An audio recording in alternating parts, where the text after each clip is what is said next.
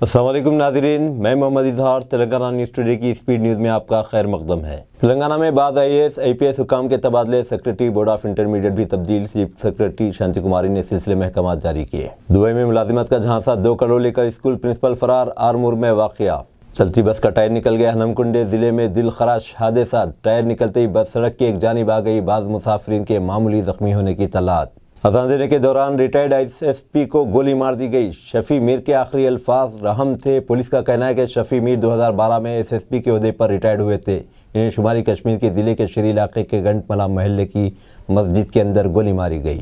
لڑکی school bag پھینک کر اچانک سڑک کے بیچ لیٹ کر ناچنے لگی، ویڈیو وائرل۔ لڑکی نے ریل بنانے کے لیے کیا کیا، اس ویڈیو میں دیکھ کر لوگ کہہ رہے ہیں بچوں میں اتنی ہمت کہاں سے آتی ہے۔ کم قیمت پر مہندرا گاڑیوں کی فروخت کا دھوکہ، حیدرآباد پولیس نے 3 افراد کو گرفتار کر لیا۔ ان پر کم قیمت پر مہندرا گاڑیاں فروخت کرنے کا جھانسا دے کر ایک شخص کو دھوکہ دینے کا الزام۔ پارلیمانی انتخابات کے لیے لائحہ عمل تیار کرنے کی ضرورت، ریاستی جمعیت علماء کا مشاورتی اجلاس۔ جمعیت علماء تلنگانہ و آندھرا پردیش کے صدور اور نظماء اعلیٰ کا ایک مشاورتی اجلاس زیر صدارت حافظ پیر شبیر احمد صدر جمعیت علماء تلنگانہ و آندھرا پردیش زوم پر منعقد ہوا۔